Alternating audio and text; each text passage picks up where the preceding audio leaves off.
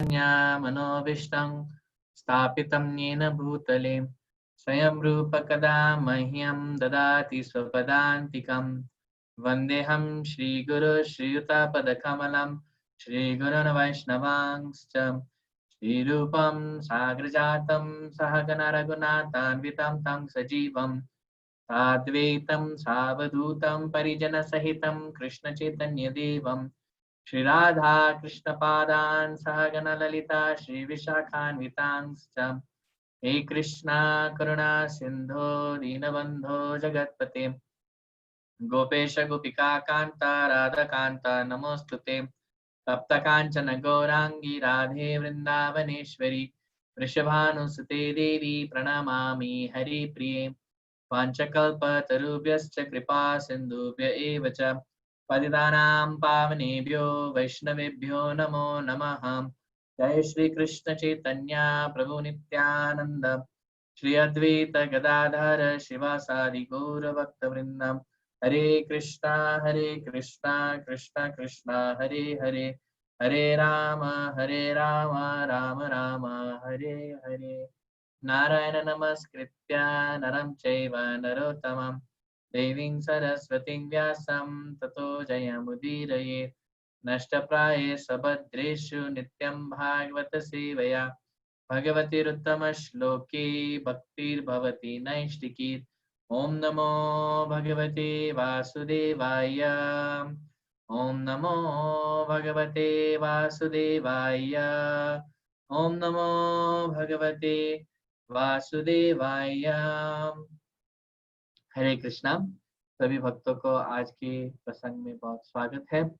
हम लोग अजामिल का उद्धार देख रहे हैं छठा स्कंद से श्रीमद् भागवतम का। तो पिछली कक्षा में हम लोग ने देखा था कि सुखदेव गोस्वामी भक्ति मार्ग कैसे वो सर्वोच्च उपाय है नरक से बचने के लिए, उसके बारे में वर्णन कर रहे थे। सुखदेव गोस्वामी बहुत विस्तार से वर्णन किया कि कैसे भक्ति करने से ही पूरी तरह मनुष्य या जीव जो है वो पाप से मुक्त हो सकता है। सुखदेव गोस्वामी ने यहाँ तक भी कहा कि अगर कोई थोड़ा सा भी भक्ति कर ले, ऐसा कि आचार्य कहते हैं कि अगर कोई सपने में भी भगवान कृष्ण को देख ले तो वो व्यक्ति को यमराज के पास कभी नहीं जाना पड़ेगा। तो यहाँ पे सुखदेव गोस्वामी कहते हैं कि अगर कोई थोड़ा सा भी एक बार भी उसका मन भगवान के चरण कमलों में रख देते हैं तो वो यमराज को नहीं देखते हैं, यमराज के पास नहीं जाते। तो इसलिए अगर एक बार भी मन कृष्ण पदारविंदयो निवेशितम, निवेशितम का अर्थ है कि भगवान के चरण कमलों में रखने के लिए, अगर एक बार भी कोई ऐसा करता है तो चिर्ण निष्कृता, चिर्ण का मतलब है पूरी तरह वो पाप से मुक्त हो जाता है। वो पूरी तरह जितना भी प्रायश्चित का परिणाम है उनको मिल जाता है, पूरी तरह वो शुद्ध बन जाता है। तो प्रश्न उठता है कि ठीक है आपने ऐसा बताया, लेकिन ये तो सिद्धांत है, ये सिद्धांत को साबित करने के लिए कोई उदाहरण है? तो परीक्षित महाराज को प्रैक्टिकल चाहिए था कि ऐसे कोई उदाहरण है शास्त्र में या कहीं पे भी कि कोई थोड़ा सा भी भक्ति करके बच गया था, एक बार भी हरि नाम का उच्चारण करके बच गया था, ऐसा कोई उदाहरण है? तो सुखदेव गोस्वामी कहते हैं हाँ है। एक बहुत ही पुरानी कहानी है जो अजामिल नाम ब्राह्मण जो था उसके बारे में। तो वो अभी आगे जाके सुखदेव गोस्वामी बताते हैं। कन्या कुब्जे द्विज कश्चित् दासी पत्तिर अजामिला नामना नष्ट सदाचारो दास्या संसंग दूषिता। कहते हैं कन्याकुब्ज जो एक छोटा सा शहर था, अभी कानपुर के आसपास है, कन्नौज करके, वहां पे एक द्विजा था, ब्राह्मण था, लेकिन वो दासी पत्री था। एक दासी से उसने विवाह किया था। वो दासी मतलब एक वो दासी तो थी लेकिन वो खास करके वेश्या भी थी। तो ये ब्राह्मण जिसका नाम था अजामिल, उन्होंने विवाह किया था एक वेश्या के साथ, एक दासी के साथ, और दास्य संसर्ग दूषिता, वो दासी का संपर्क के कारण, इतना पास में वो संपर्क किया दासी के साथ और संग किया दासी के साथ, तो उसके कारण क्या होगा? नष्ट सदाचारो, के सारे गुण, ब्राह्मण के जो गुण थे वो खो चुके, जितना भी सदाचार था उसमें उसने खो दिया। तो अजामिल ब्राह्मण युवावस्था में बहुत अच्छा ब्राह्मण था, लेकिन इस वेश्या का संग के कारण पूरा जो गुण था उसके पास वो नष्ट कर दिया।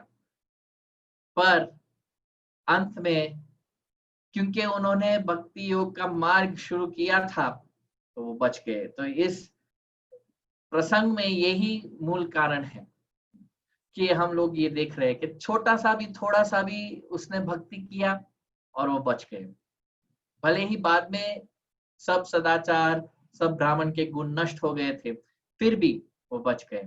तो इसलिए ये उदाहरण दे रहे हैं सुखदेव गोस्वामी। क्यों? क्योंकि प्रश्न ये था कि एक बार भी क्या किसी ने भगवान का विचार किया और वो बच गया था क्या? तो इसको साबित करने के लिए सुखदेव गोस्वामी ये उदाहरण दे रहे हैं अजामिल का, कि अजामिल ने शुरू कर लिया था भक्ति का मार्ग में चलना और वो बच गया। तो भक्ति कैसे शुरू होती है? भक्ति शुरू होती है श्रवण और कीर्तन से। श्रवणम कीर्तनम विष्णु स्मरणम। तो श्रवण और कीर्तन, अगर हम भगवान के दिव्य नाम, उनके गुण, उनकी लीलाओं के बारे में सुनते हैं तो ये हमारा भक्ति का शुरुआत हुआ। तो नाम का उच्चारण करना क्या मतलब है? हरे कृष्णा कृष्ण कृष्णा हरे हरे, हरे राम राम राम हरे हरे। अगर हम हरि नाम मंत्र का जप करने लगते हैं तो ये भक्ति की शुरुआत होगी। इसलिए महाप्रभु कहते हैं हरे नाम हरे नामेव केवलम कलौ नस्तेव नस्तेव नस्तेव गतिर अन्यथा। कलयुग में अगर हम हमारा उद्धार चाहते हैं तो हरि नाम के अलावा और कुछ नहीं दे सकता है। इसलिए हरि नाम हम अगर शुरू करते हैं लेने का तो वो भक्ति का मार्ग का शुरुआत हो गया। तो हमको ये शंका नहीं होनी चाहिए कि हमारा गति क्या होगा मृत्यु के बाद। शास्त्र ने कह दिया है, आचार्यों ने कह दिया है। यहाँ सुखदेव गोस्वामी बता रहे कि अजामिल वो शुरुआत किए थे लेकिन फिर भी कहीं पे उसके जीवन में ऐसा वक्त, ऐसा समय आ गया कि वो सारा जो भक्ति का शुरुआत किया था वो उसने रोक के पाप में चढ़ गए, लेकिन फिर भी वो बच गए अंत में। तो कैसे बचे हम लोग आगे जाके देखेंगे। यहाँ पे सुखदेव गोस्वामी अजामिल के बारे में संक्षेप में कहते हैं, क्योंकि आगे जाके वो यमदूत के मुख से ही कहेंगे कि अजामिल कितना बड़ा पापी था। तो सुखदेव गोस्वामी यहाँ पूरे दोष जो अजामिल के थे वो नहीं बता रहे हैं, संक्षेप में बता रहे हैं कि अजामिल कैसे पहुंचा, और जो उदाहरण दे रहे हैं वो कारण के लिए जल्दी पहुंच जा रहे हैं सुखदेव गोस्वामी। तो यहाँ पे अजामिल प्रदूषित हो गया क्योंकि उसने वेश्या के साथ संग किया, संग सर्ग दूषिता। यहाँ पे सारे भक्तों, सारे साधकों को ये सावधान रहना पड़ता है। इसलिए कहते हैं साधु संग सर्व शास्त्र कोय। हर एक शास्त्र में यही एक आएगा कि हमको साधु संग करना है, क्योंकि अगर साधु संग नहीं करेंगे तो असाधु संग करेंगे। श्री चैतन्य महाप्रभु को जब वैष्णव लोग पूछे, उनके भक्त लोग पूछे कि वैष्णव का लक्षण क्या है, हम कैसे पहचान सकते हैं कि कोई वैष्णव है? तो चैतन्य महाप्रभु ने कहा था असत संग त्याग ए वैष्णव आचार। वैष्णव का आचार, वैष्णव का रहन सहन कैसा हमको पता चलेगा? असत संग त्याग। जो वैष्णव नहीं है उनके साथ वो संग करेगा ही नहीं, आएगा ही नहीं। तो इसलिए संग का बहुत बड़ा प्रभाव होता है हमारे जीवन में। इंग्लिश में कहते हैं, tell me who your friends are and I will tell you who you are. आप मुझे बताओ कि आपके मित्र लोग कौन है और मैं आपको बताऊंगा कि आप कौन है। कभी कभी हम देखते हैं कुछ साधक लोग जब भक्त दूर से नजर आ जाते हैं एयरपोर्ट में या तो मॉल में या तो कहीं पे भी बाहर सड़क पे, तो इतना शर्मिंदा हो जाते हैं कि उल्टी दिशा में ही चले जाते हैं। भक्त के सामने नहीं आना है क्योंकि सारे लोग हमारे पास है। अगर भक्त हमको नमस्कार करेगा या हरे कृष्णा बोलेगा तो हमको भी वापस बोलना पड़ेगा, और सारे भक्त मेरे मित्र लोग जो आसपास है वो उनको पता चल जाएगा कि मैं हरे कृष्णा मंदिर में जाता हूँ, या मेरा कुछ भक्त लोग के साथ कुछ कोई छोटा सा भी हो लेकिन संपर्क है, तो क्या जवाब दूंगा मैं। इसलिए दूर से देख के भक्त को वो लोग उल्टी दिशा में चले जाते हैं कि नहीं नहीं नहीं, इसके सामने नहीं आना है। ताजामिल के साथ वो भी वही हुआ था कि वो ऐसे आके वेश्या के प्रभाव के नीचे आके उनके साथ शादी कर लिया, और पूरा जो संघ था वो प्रदूषित था। तो हमको संघ अच्छा रखना है। संघ क्या होना चाहिए? भक्तों का होना चाहिए। भक्तों का संघ, जैसे हम लोग ने कल बताया था कि अगर भक्ति मार्ग में आगे बढ़ना है तो फिर भक्तों की सेवा, भक्तों का संग बहुत ही जरूरी है। तो ये जो ब्राह्मण था वो क्या कर रहा था? अभी तो उनके ब्राह्मण के गुण खो चुके थे उसने, तो फिर परिवार को, घर गृहस्थी को चलाने के लिए वो क्या कर रहा था? तो आगे जाके सुखदेव गोस्वामी बताते हैं, बंध्यक्षय कवितश्चौर्यैर्गर्हितां वृत्तिम् आश्रिता बिभ्रत् कुटुम्ब असुचिर यातयाम आसदेहिनाम। वो ऐसे कार्य अपनाए अजामिल ने जो बहुत अनैतिक रूप से कमा रहा था। जो भी वो उसको मिलता था, वो हर जीव को ये हक है कि कुछ ना कुछ कार्य करे रोजी रोटी का, लेकिन वो कार्य ऐसा नहीं होना चाहिए दूसरे को दुख पहुंचाए। तो यहाँ पे अजामिल क्या करता था? बंदी, किडनैपिंग, अरेस्टिंग, वो लोगों को जाके बंद कर देता था, पाशों से बंद कर देता था, और फिर उनके परिवार के लोग के पास पैसा मांगता था। जब पैसा मिलता है तब उसको छोड़ देता है, या तो धोखा देता था जुए में। ऐसे ही अगर वो भी नहीं चलता है तो क्या करता था? सीधा चोरी करता था वो, चोरियर। तो ऐसे सब काम उसने अपनाए, किस लिए? कुटुंब को पालन करने के लिए। दूसरे लोग को बहुत ही तकलीफ देता था वो। भागवत गीता में भगवान श्री कृष्ण समझाते हैं कि अगर हमको काम करना है तो ऐसा काम करना चाहिए जो वेद के अनुसार है, वर्णाश्रम धर्म के अनुसार है। तब जाके वो काम का परिणाम जो होगा वो ठीक होगा, वो अच्छा होगा, शुभ होगा। अगर हम वेद के अनुसार नहीं चलते हैं तो परिणाम जो काम का होगा, हम जो भी काम और या तो हम जो भी जीविका अपनाते हैं हमारे लिए, अगर वो वेद के अनुसार नहीं है तो उसका परिणाम अशुभ होगा।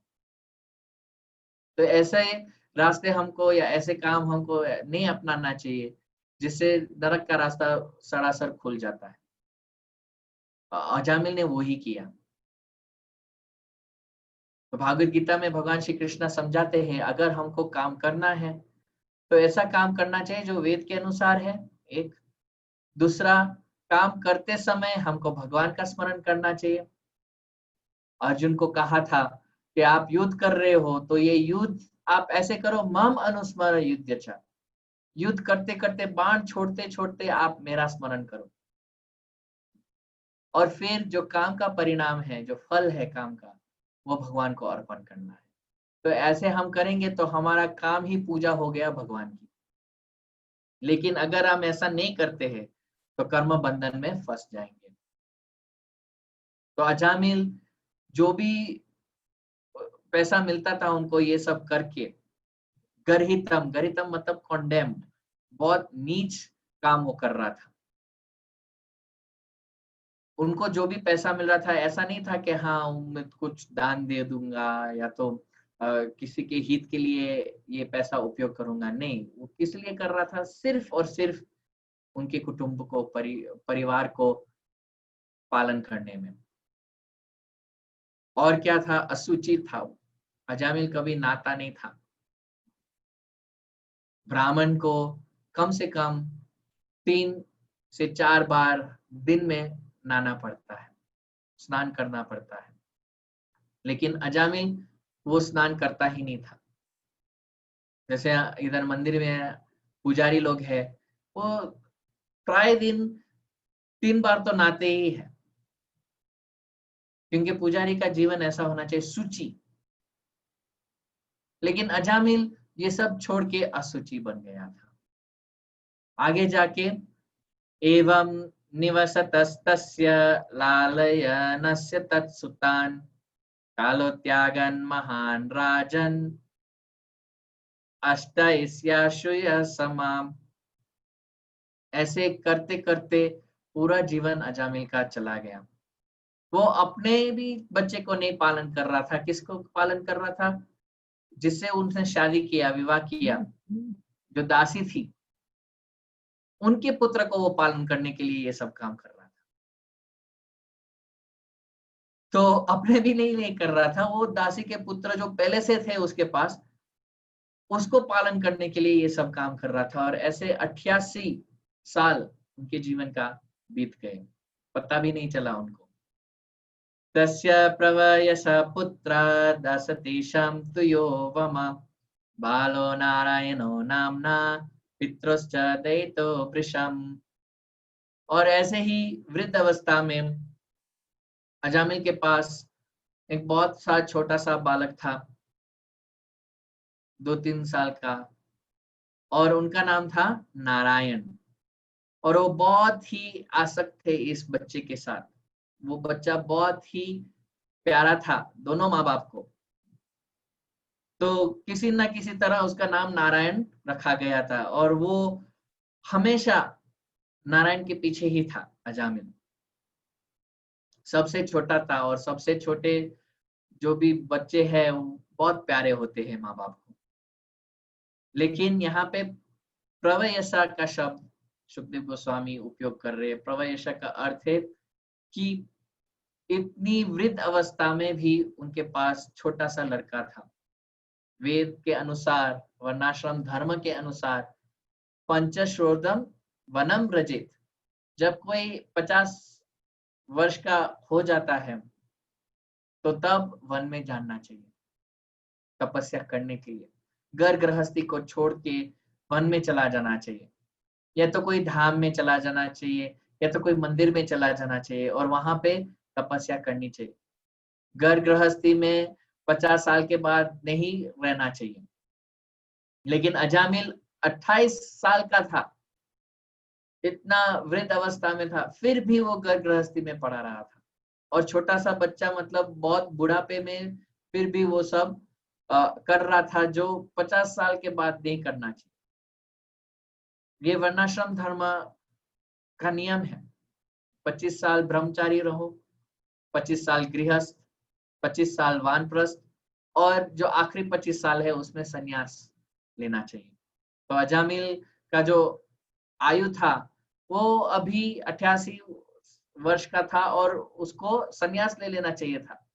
लेकिन फिर भी वो अभी भी बच्चे पैदा कर रहा था घर गृहस्थी में रह के।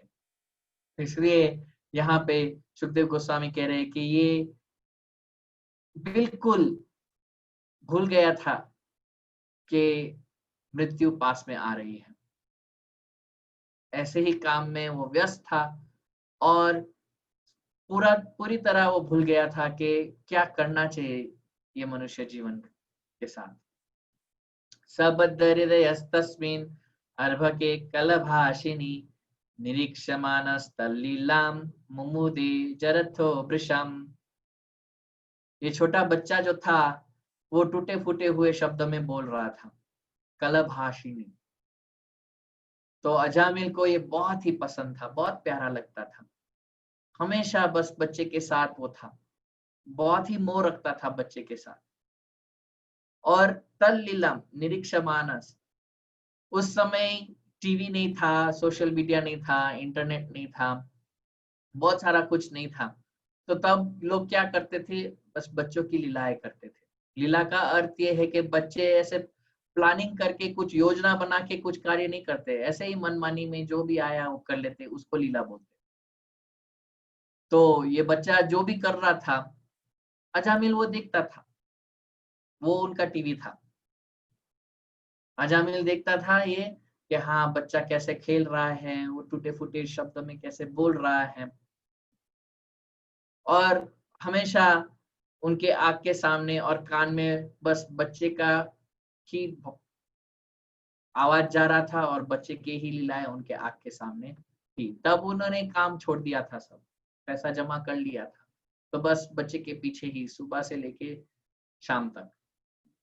तो यहाँ पे अजामिल कहता था नारायण, हमेशा नारायण नारायण पुकार के उसको बोलता था, नारायण इधर आओ, नारायण ऐसा करो।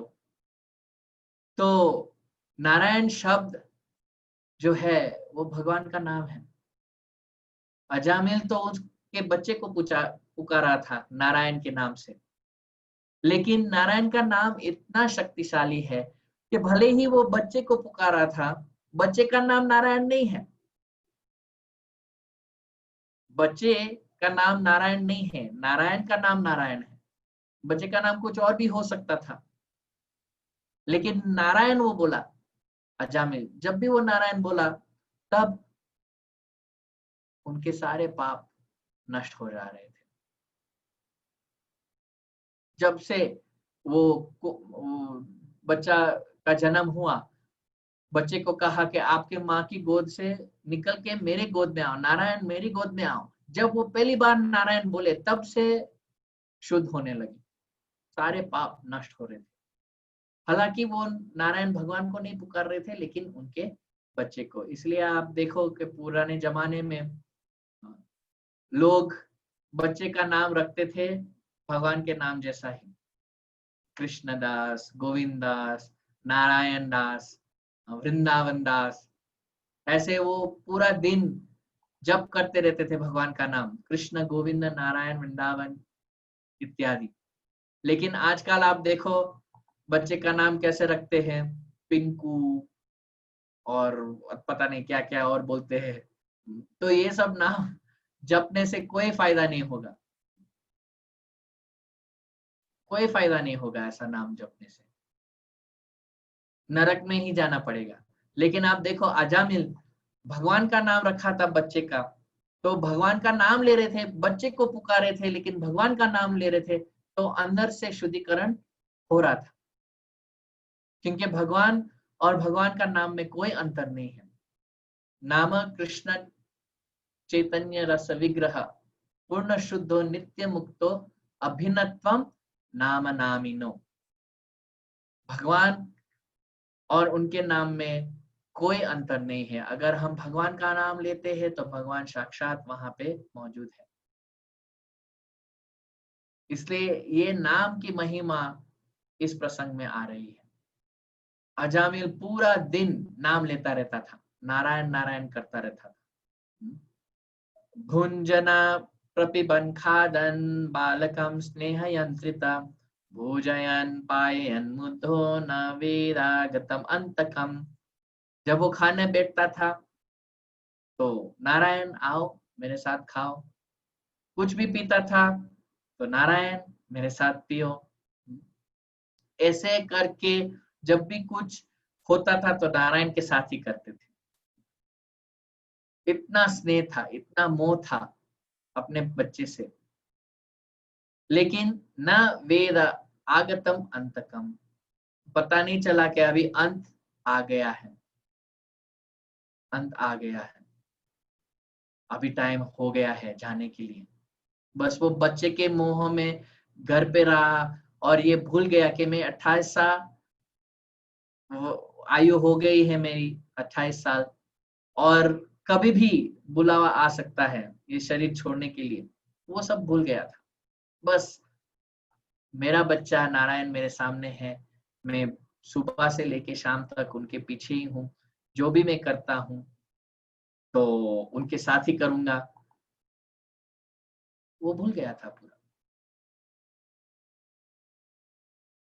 शास्त्र में उदाहरण देते हैं, जैसे चूहा होता है, चूहा घर बनाता है, बिल बनाता है जमीन पे, और पूरा दिन व्यस्त रहता है, इधर बिल बनाता है, उधर बिल बनाता है, घर परिवार को चलाता है, बच्चे पैदा करता है, इतना बिजी होता है चूहा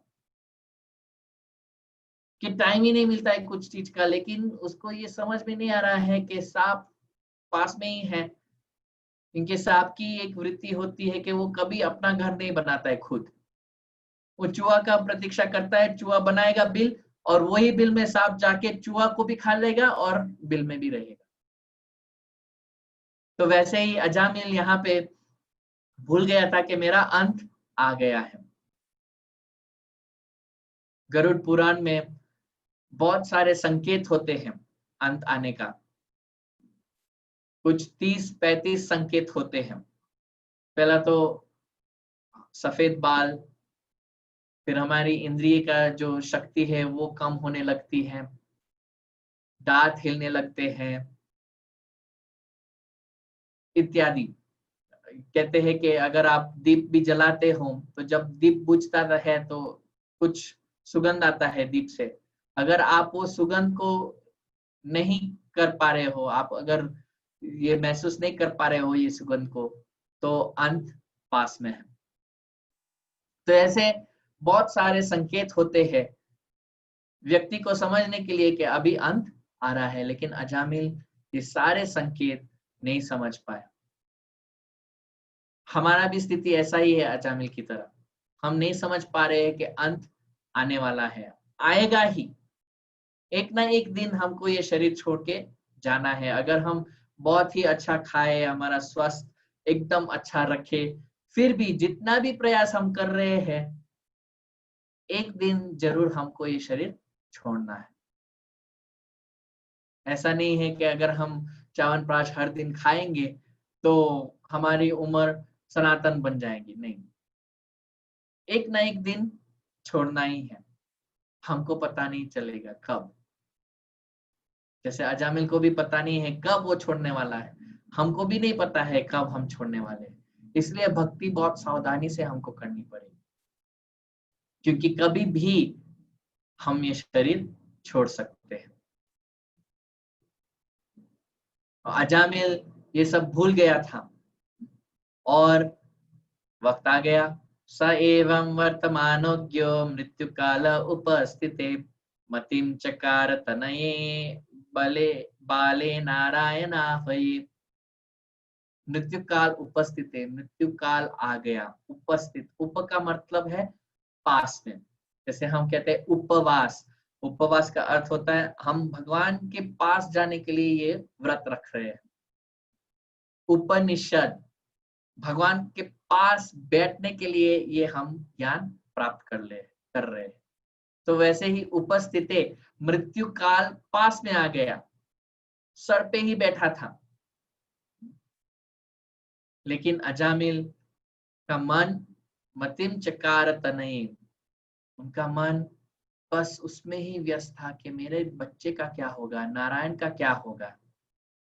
और नारायण नारायण बुलाने लगा कि नारायण का क्या होगा, मेरा तो अभी समय आ गया, उनका देखभाल कौन करेगा, मेरे अलावा तो कोई है नहीं उनको खाने के लिए कुछ देने का या तो पीने के लिए कुछ देने का, उसका पालन कौन करेगा मेरे अलावा। तो ऐसे ही वो सोचते सोचते मृत्यु के समय, ऐसे सोचते सोचते वो इस स्थिति में है। इसलिए वेद कहते हैं कि मृत्यु काले उपस्थित है, मृत्यु का काल आ जाए उसके पहले हमको घर छोड़ देना चाहिए। क्यों? क्योंकि घर में जो संबंधी है, सब जो सदस्य है घर के, वो सब मोह और हमारी आसक्ति बढ़ाते हैं। अगर आग के सामने है तो आसक्ति बढ़ेगी। नारायण हमेशा अजामिल के आग के सामने ही था। तो मृत्यु के समय भी वो अजामिल सोच रहा था कि मेरे बच्चे का क्या होगा। इसलिए शास्त्र कहते हैं कि जब मृत्यु काल आने वाला है या संकेत हमको मिल गया है कि अभी थोड़ी देर में ही ये शरीर छोड़ना चाहिए, तो घर छोड़ देना। जैसे हम लोग ने देखा जब विदुर जी वो गए थे तीर्थ यात्रा पे, और तीर्थ यात्रा करने के बाद वो सोचने लगे कि अभी युद्ध, जो महाभारत का युद्ध है, वो तो समाप्त हो गया, लेकिन मेरा भाई, बड़ा भाई धृतराष्ट्र, वो अभी भी ये राज का मुंह में पड़ा है। पांडव उनको पालन कर रहे हैं, तो मेरा कर्तव्य होता है मेरे बड़े भाई को बचाने के लिए। तो विदुर जी आते हैं वापस हस्तिनापुर, और धृतराष्ट्र को बहुत कठोर प्रवचन देते हैं। कहते हैं कि आपके तो सारे लड़के जो थे, 100 सुपुत्र आपके, सब मारे गए। किसके हाथ? पांडव के हाथ। और यही पांडव के हाथ आप अभी खा रहे हो। आपकी स्थिति ऐसी है, एक कुत्ते की तरह, एक पालतू कुत्ते की तरह आप यहाँ पे इस महल में रह रहे हो, पांडव के कृपा पे। आभार। वो लोग तो बहुत दयालु है, इसलिए आपको रखे हैं और आपको राजा की तरह सम्मान दे रहे हैं, लेकिन आप एक कुत्ते जैसे हो। ये छोड़ो, ये मोह माया सब। तो धृतराष्ट्र को ये सब समझ में आ गया, तो तुरंत धृतराष्ट्र, गांधारी और कुंती तीनों रातों रात राजमहल छोड़ के वन में चले गए तपस्या करने के लिए। क्योंकि जब तक हमारे संबंधी, हमारे सदस्य, घर के सदस्य आग के सामने होंगे, तो ममता तो पहले से ही है, लेकिन मृत्यु के समय वो ममता और दुगना बन जाती है। तो इसलिए अच्छा है कि मृत्यु के समय घर में नहीं होना चाहिए। एक व्यक्ति था, वो हॉस्पिटल में गया, और डॉक्टर था उधर, उसका इलाज कर रहा था, और सारे उनके परिवार के लोग बाहर थे, कक्ष रूम के बाहर। जब डॉक्टर आया तब परिवार लोगों को बोल दिया कि ये जो आदमी है अभी बहुत ज्यादा टिकेगा नहीं, आ गया उनका मृत्यु का समय आ गया। तो जो भी है अभी से बोल दो, जो भी खत्म करना है उसके साथ अभी कर लो, बहुत समय नहीं रहा। तो सारे लोग गए अंदर। वो व्यक्ति था, कहने लगा कि मेरी पत्नी कहाँ है। पत्नी आई पास में और हाथ ले लिया उनका और बोला, मैं यहाँ पे ही हूँ, आप चिंता मत करो, कुछ नहीं है, कुछ नहीं होगा, हम सब यहाँ हैं। बोले सब यहाँ हैं? बोले हाँ हाँ, मैं यहाँ हूँ, हमारा बड़ा लड़का, सबसे बड़ा लड़का, वो भी यहाँ है। तो बोला कहाँ है, मेरे पास आओ। वो आके दूसरा हाथ पकड़ लिया। फिर बोला मेरा दूसरा लड़का, वो भी पास में आ गया। सब बहुएं भी पास में आ गई, और लड़के के लड़के सब आ गए उधर। तो एक करके एक वो सबको पुकार रहा था कि ये कहाँ है, वो कहाँ है। और अंत में वो कहा, अगर सभी लोग यहाँ पे है तो दुकान पे कौन है? उनका जो स्मरण था और मन जो था, वो दुकान में था कि दुकान कौन संभालेगा। अगर मेरा टाइम आ गया है, मेरा मृत्यु का समय आ गया है, तो ये लोग तो सब जिम्मेदारी उठाने के लिए तैयार ही नहीं है, सब लोग इधर आ गए हैं, तो दुकान पे कौन है? तो इसलिए शास्त्र कहते हैं कि वन में जाना चाहिए, तपस्या करनी चाहिए, और ऐसे ही एकांत में शरीर छोड़ देना चाहिए। तो आसक्ति जो है हमारा, वो थोड़ा कम रहेगा। अजामिल पूरा उनका मन नारायण पे स्मरण करके, एकाग्र करके, बस नारायण का ही चिंता कर रहा था। ऐसे करते करते मृत्यु आ गई। सपाशहस्तं स्त्रीं दृष्ट्वा पुरुषान् अतिदारुणान् वक्रतुण्डन् ऊर्ध्वरोम्ना आत्मनं नेतुम् आगतं दूरे क्रीडन् कक्षातं पुत्रं नारायणाभयं प्लवितेन स्वनेरोच्चय आजुवा कुलेनेन्द्रियाम्। अजामिल देखा उधर अचानक 3 लोग आ गए थे, यमदूत आ गए थे। कैसे थे वो? उनके हाथ में पाश थे, रोप्स थे, रस्सी थी। सपाशा हंस्त्रान, और 3 लोग थे। 3 क्यों? क्योंकि जैसे हम लोग ने पहले ही दिन ये चर्चा की थी कि हम जब पाप करते हैं तो पाप हमारे वचन से करते हैं, हमारे मन से करते हैं और हमारा शरीर से करते हैं। तो ये 3 प्रकार के पाप हम करते हैं, इसलिए 3 यमदूत आ गए वहां पे। और कैसे थे? वक्रतुंडन, उनके दांत थे उनके, वो पूरे टेढ़े मेढ़े थे। और शरीर में जितने भी बाल थे वो सब खड़े थे, ऊर्ध्वरोमना, और बहुत ही डरावना मुख था। तो इसी तरह अजामिल ये 3 को देख के ऐसे घबरा गया, ऐसा घबरा गया, और पास में ही नारायण खेल रहा था। तो कहने लगा, नारायण नारायण, एकदम ऊंचे स्वर से, नारायण। लेकिन नारायण खेल रहा था, वो तो बच्चा था, उसको मालूम भी नहीं था कि मृत्यु क्या है और पिता को क्या हो रहा है, क्या देख रहे, कुछ भी नहीं, कुछ भी नहीं। बच्चे को तो पूरा अज्ञात ही था, वो अपने खेल में व्यस्त था। तो यही हमारी स्थिति है। हम लोगों के पास आसक्ति रखते हैं, लेकिन ऐसा नहीं है कि वो लोग हमारे प्रति कोई आसक्ति रखते हैं। जैसे अजामिल, पुत्र के पीछे इतना मोह था, इतना आसक्ति था, लेकिन पुत्र को कोई फर्क नहीं पड़ रहा था पिताजी को क्या हो रहा है। नारायण अपना खेल खेल रहा था। वैसे ही हम देखे भरत महाराज, जब वो वन में गए थे भक्ति करने के लिए, तपस्या करने के लिए, तो आसक्त हो गए हिरण से। लेकिन हिरण को कोई फर्क नहीं पड़ रहा था भरत महाराज को क्या हो रहा है। जब भरत महाराज अपना शरीर छोड़ रहे थे, तो वो ये सोचते सोचते छोड़ दिए कि वो हिरण का अभी रक्षा कौन करेगा, कहाँ पे है, चला गया, या कोई सिंह आके उसको खा गया, क्या हो गया इसको। नहीं, वो हिरण अपना कर रहा था वन में, कोई फर्क नहीं पड़ रहा था। वैसे ही एक और उदाहरण आता है शास्त्र में, पुरुरवा महाराज की। पुरुरवा महाराज, वो उर्वशी एक अप्सरा जो थी, उनके साथ बहुत प्रेम कर रहे थे। और जब उर्वशी उनको छोड़ के चली गई वापस अप्सरा लोक में, तो पुरुरवा एकदम पागल हो गया था। कह रहा था कि मैं आपके बिना, मेरा जीवन आगे बढ़ेगा ही नहीं। लेकिन उर्वशी उनको आके फिर कहा कि इतना पागल हो क्या, मैं तो अप्सरा हूँ, मेरा काम यही है सारे राजा को छोड़ने का, ये मेरा काम है।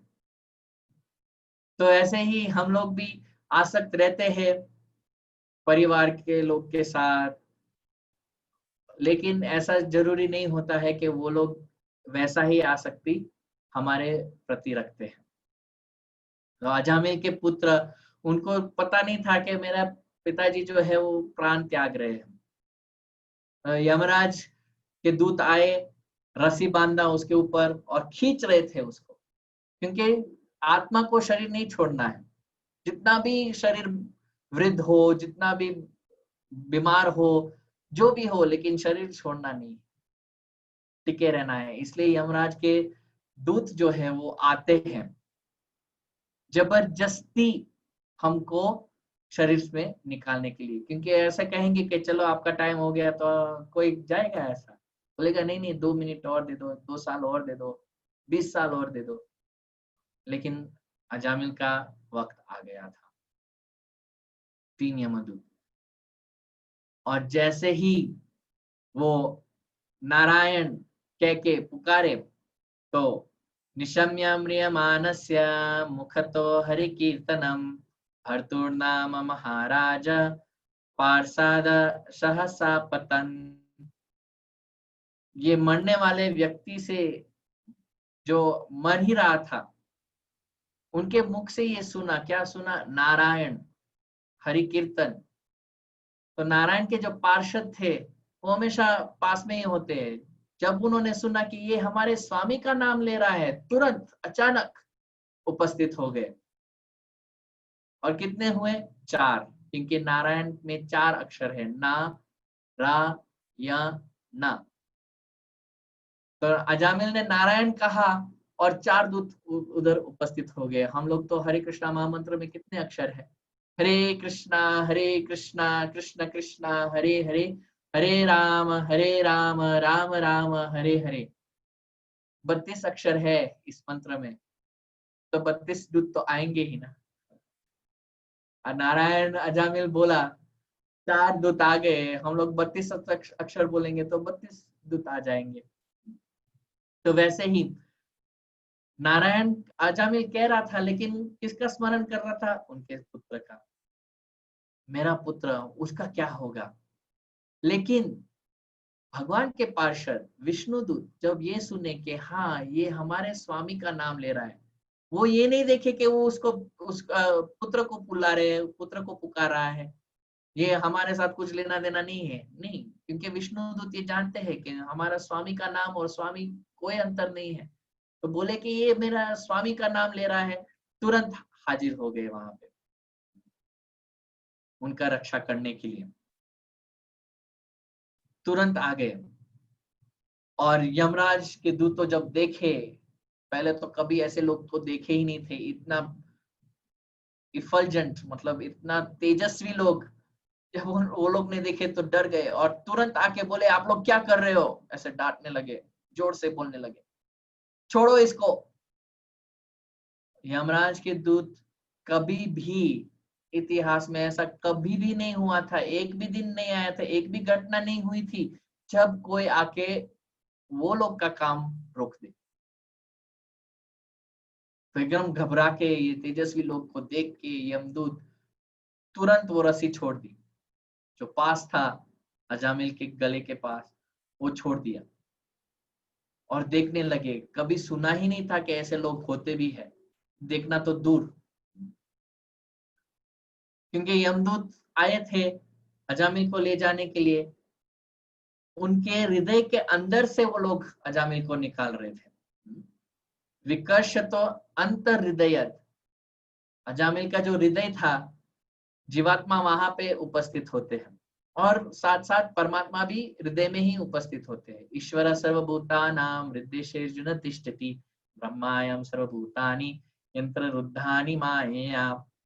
भगवान कहते हैं भागवत गीता में कि मैं हर जीव के साथ उनके हृदय में हूं।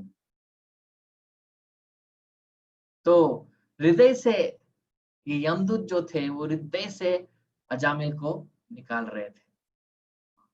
दासीपतिम अजामिलम। लेकिन जैसे विष्णुदूत आगे बोले, ये क्या कर रहे हो, इसको छोड़ो। मतलब अजामिल का मृत्यु नहीं हुआ।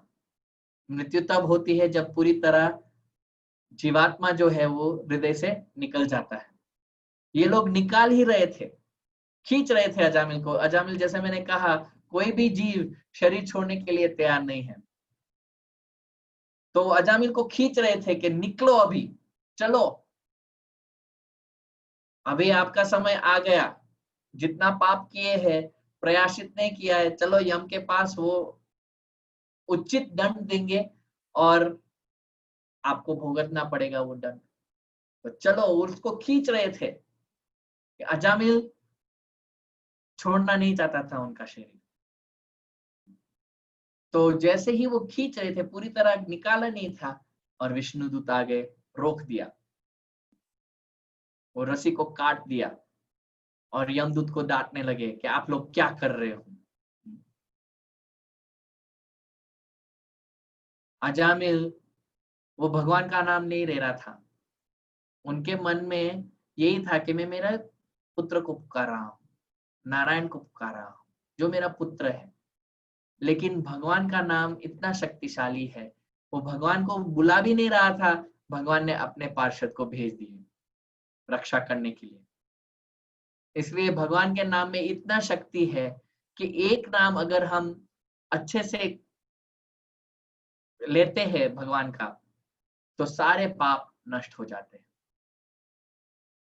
यमदूत ये सोच रहे थे कि इस अजामिल को इस शरीर में से निकाल के हम दूसरा शरीर देंगे, उनको बोलते हैं यातन शरीर।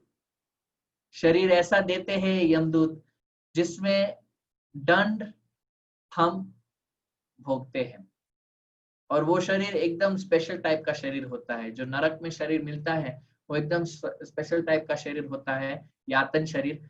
जितना भी आप काटो, जितना भी जला दो, जितना भी कुछ भी कर दो उस शरीर को, वो शरीर ऐसा के ऐसा ही रहेगा, लेकिन दर्द जो है वो महसूस होगा।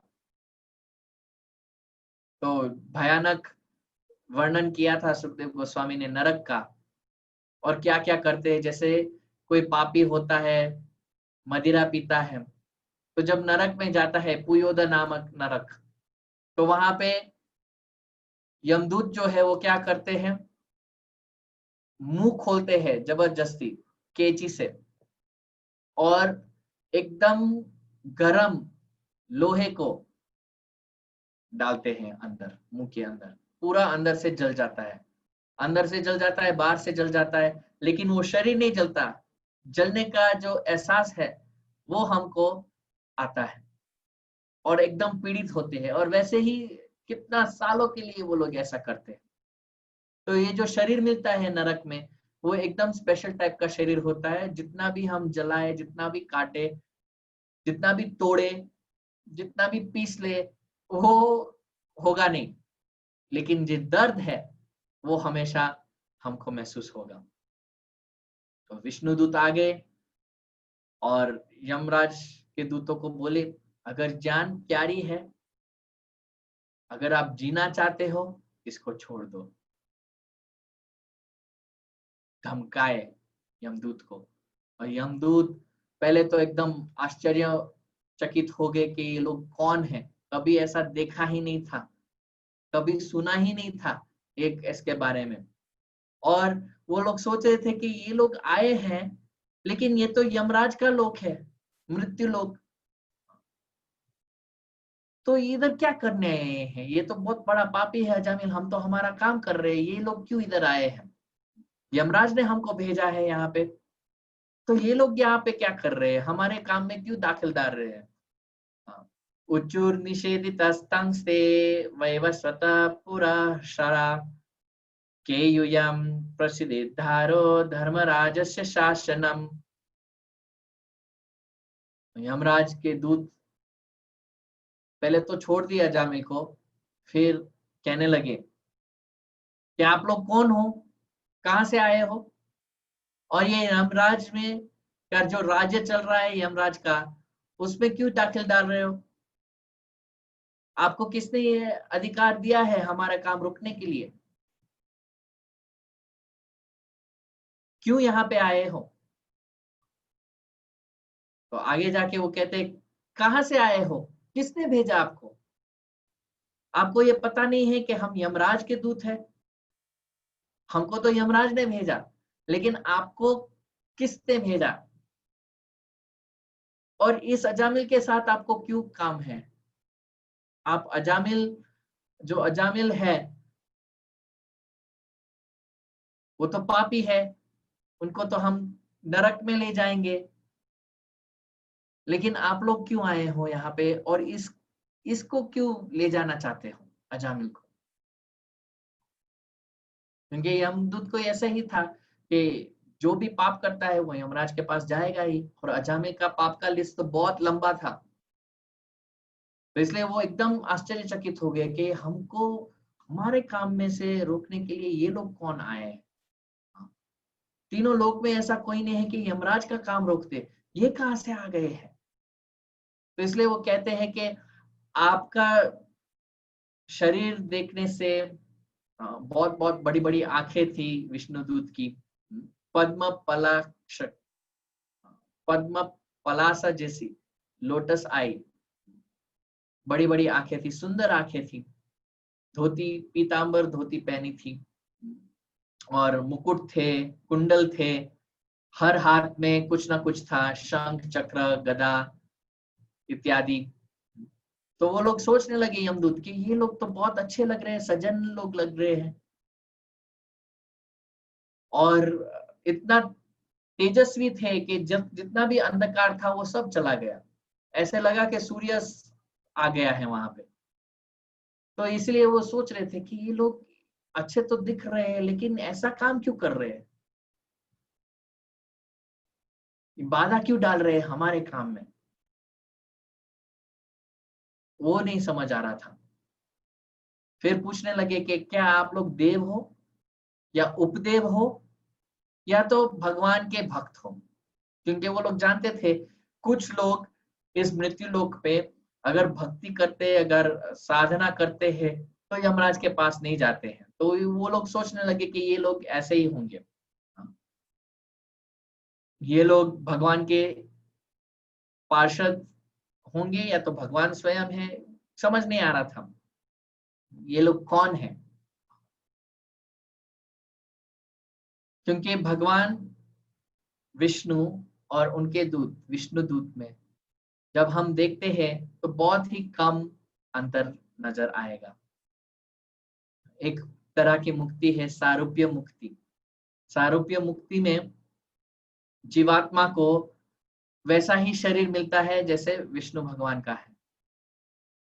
तो सारे विष्णु दूत चार भुजा वाले थे, लंबे लंबे भुजा थे, चार भुजा वाले, जैसे दिखने में ऑलमोस्ट विष्णु की तरह दिखते थे। इतना ही अंतर होता है कि विष्णु में उनके छाती पे भृगु मुनि का चिन्ह होता है, श्रीवत्स होता है और कौस्तुभ मणि होती है, बस। तो बहुत आसान है, अगर हम विष्णुदूत को देखें तो ये गलती कर सकते हैं कि भगवान विष्णु को देखें। तो इसलिए ये लोग देख रहे थे और सोच रहे थे कि ये लोग हमको हमारे कार्य में बाधा क्यों डाल रहे हैं, ये लोग कौन है। जब जीवात्मा मरता है तो कोई ना कोई आता है लेने के लिए। अजामिल के केस में हम देख रहे हैं यमदूत आ गए थे ले जाने के लिए। तो ये 99% 99% यही केस होता है, यमदूत आएंगे लेने के लिए। कुछ केसेस में विष्णुदूत आते हैं, जो भक्त है, शुद्ध भक्त है भगवान के, उनको लेने के लिए विष्णुदूत आते हैं। जो देवी देवताओं को पूजा करता है तो वो जिस देवी की या जिस देव को पूजा करते हैं वो देव या देवी आते हैं उनको लेने। तो हमारे ऊपर है, हम कौन चाहते हैं हमको आए लेने के लिए मृत्यु के समय। जैसा हम जीवन जिएंगे वैसे ही लोग आएंगे हमको ले जाने के लिए, और वैसे ही गति हम प्राप्त करेंगे। जैसे अजामिल पापी था, कौन भयानक 3 दूत आ गए थे ले जाने के लिए, और वर्णन आता है जब कोई नरक में जाता है, नरक पहुंचने से पहले ही उसकी पिटाई हो जाती है, शुरू हो जाती है। जैसे कभी कभी आप देखते हो कि मुजरिम अगर पकड़ा जाता है तो पुलिस हथकड़ी बांध देती है, कभी कभी तो मारती भी है वो मुजरिम को। तो वैसे ही यमदूत आए थे ये इरादे के साथ के हम अजामिल को निकाल के उसको पीट पीट के यमराज के पास ले जाएंगे, लेकिन वो काम नहीं कर पाए, रोक दिया था विष्णुदूत ने। और विष्णुदूत जब आते हैं तो कैसा होता है, जैसे ध्रुव महाराज की कहानी में या ध्रुव महाराज का प्रसंग में वर्णन करते हैं सुखदेव गोस्वामी। जब विष्णुदूत आए ध्रुव महाराज को ले जाने के लिए, 4 दूत आए एकदम मान सम्मान के साथ। ध्रुव महाराज इतने बड़े भक्त थे कि मृत्यु के सर पे पैर डाल के वो विमान में बैठे। जो विमान आया था, वैकुंठ का विमान जो आया था विष्णुदूत के साथ, बहुत आदर सम्मान के साथ ले जाते हैं विष्णुदूत। और यमदूत खींच के रस्सी बांध के एक पशु की तरह मार मार के ले जाते हैं यमराज के पास। तो हमारे ऊपर है, हमारा निर्णय है ये किस तरह कहाँ जाना है हम लोग को। तो जो भक्त है, जो साधक है, कोशिश कर रहे हैं, हम प्रयास कर रहे हैं भक्ति में आगे बढ़ने के लिए, हमको इतना कॉन्फिडेंस तो होना ही चाहिए कि हाँ, भगवान के जो पार्षद है वो हमारी रक्षा करेंगे। अजामिल की रक्षा करने के लिए भगवान के पार्षद तुरंत आ गए। 1 मिनट भी वो लोग ने ज्यादा नहीं लिया, तुरंत आ गए। जैसे अजामिल ने नारायण कहा और यमदूत उनको निकाल रहे थे, तुरंत उपस्थित हो गए विष्णुदूत। तो वैसे भी हम लोग जब कर रहे हैं, हम भक्ति में थोड़ा कुछ प्रयास कर रहे हैं आगे बढ़ने के लिए, तो हमको ये कॉन्फिडेंस होना चाहिए कि हाँ, ये विश्वास होना चाहिए हमको कि हाँ, भगवान के पार्षद आएंगे, हमारी रक्षा करेंगे। तो हमारी गति क्या होगी मृत्यु के बाद, उन पे बहुत ज्यादा चिंता नहीं करना है। यही अजामिल का प्रसंग में हमको एक सीख मिलती है। हमारा गति क्या होगा मृत्यु के समय, हमको चिंता करने की जरूरत है नहीं। किस बारे में हमको चिंता करनी चाहिए? भगवान के नाम लेने में, कि हम अच्छे से अच्छा प्रयास करें, भगवान का नाम सावधानी से ले, दृढ़ता से ले, और हम भगवान का नाम और उन भगवान में अंतर जो है वो हम ना, जो अंतर नहीं है वो हम समझे कि भगवान और भगवान का नाम एक ही है। वो अगर हमको समझ में आ जाता है तो शुद्ध नाम बन जाता है। तो हमको ये चिंता होनी चाहिए कि हम शुद्ध नाम कैसे ले। 3 प्रकार के नाम ले सकते हैं। नाम अपराध, मतलब अपराध करते करते हम नाम ले रहे हैं भगवान का। फिर नामाभास, अपराध को छोड़ने की प्रयास कर रहे हैं और भगवान का नाम लेने की प्रयास कर रहे हैं। अपराध से पूरी तरह मुक्त नहीं हुए हैं और नाम पूरी तरह शुद्ध से नहीं ले रहे हैं, उसको कहते हैं नामाभास। और शुद्ध नाम, शुद्ध नाम का मतलब है हम अपराध से पूरी तरह मुक्त हो गए हैं और शुद्ध नाम ले रहे हैं। तो हमारी चिंता ये होनी चाहिए कि हम कैसे शुद्ध नाम ले सकते हैं। ये चिंता नहीं होनी चाहिए कि हमको लेने के लिए कौन आएगा मृत्यु के समय। इसके बारे में तो चिंता करने की ही जरूरत नहीं है। अजामिल तो सोच भी नहीं रहा था, वो लोग आ गए उनको लेने के लिए, यमदूत नारायण कहा और विष्णुदूत आ गए, उसमें वो बच गया। तो अजामिल बच्चे को बुला रहा था नारायण, भगवान को नहीं, फिर भी उनकी रक्षा की। अजामिल श्रद्धा के बिना वो नाम ले रहा था, पूरे पाप करते वो नाम ले रहा था। कितना भी पाप किया था उसने, पूरा बैकग्राउंड उसका जो था वो पापी बैकग्राउंड था, फिर भी, और मृत्यु के समय उसने नाम लिया था, फिर भी उनको रक्षा की गई। तो अगर कोई साधक है, कोई भक्त बनने के लिए प्रयास कर रहा है, अगर भगवान डायरेक्टली उनका नाम ले रहे हैं, वो लोग श्रद्धा के साथ अगर हम लेते हैं, भगवान को पुकारते हैं, पाप से मुक्त होके नाम लेते हैं और हमेशा सततम कीर्तयन्तो माम यतन्तश्चादिदव्रता, अगर हम हमेशा भगवान का नाम ले रहे हैं तो हमारी गति तो आवश्यक भगवान के धाम में ही होगी। भगवत धाम में ही जाना पड़ेगा और कोई जगह नहीं है। अजामिल ये सब नहीं सोचते हुए उसने नाम लिया, फिर भी उसका रक्षा कर दिया। तो जो लोग सोच समझ के नाम ले रहे हैं उसका तो रक्षा होगा ही होगा।